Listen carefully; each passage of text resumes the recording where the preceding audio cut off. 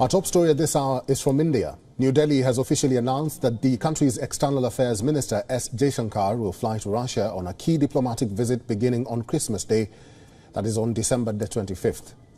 The 5-day visit is part of an ongoing high-level exchanges between Russia and India.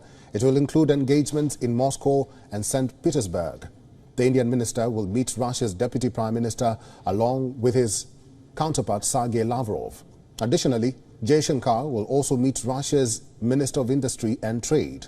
Discussions will include bilateral, multilateral and international issues.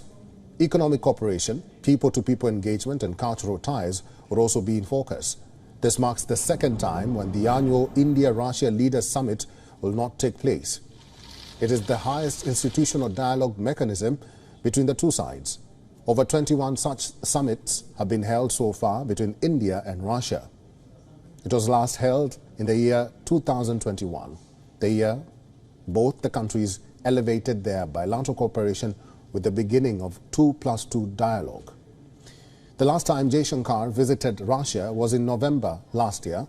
Ties between India and Russia have been growing closer and are marked by the spirit of special and privileged strategic partnership. New Delhi and Moscow are both members of major international groupings including BRICS, G20 and Shanghai Cooperation Organization.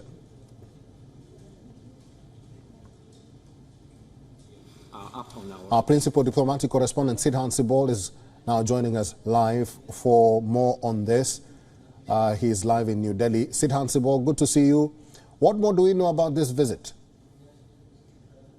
Well, Eric, this is a key visit of the Indian External Affairs Minister. The last visit to Russia by the EM was in November of 2022. That is last year. And we know this is a relationship which is time-tested, and relationship has seen a lot of momentum, especially in the energy sphere. We have seen India increasing its energy import, but there are certain concerns for New Delhi in terms of the increasing trade deficit. But that aside, if we talk about the upcoming visit, the EM travels to both Moscow and St Petersburg. He meets with the Trade Minister, Denis Montrov, and the Foreign Minister, Sergei Lavrov. Now, remember that Russia will be the chair of the BRICS grouping from next year, and that is why this visit is important. Both countries are members of the BRICS grouping, and we know that when it comes to the BRICS summit, that will happen in Kazan in next year, where the Indian Prime Minister is expected to travel.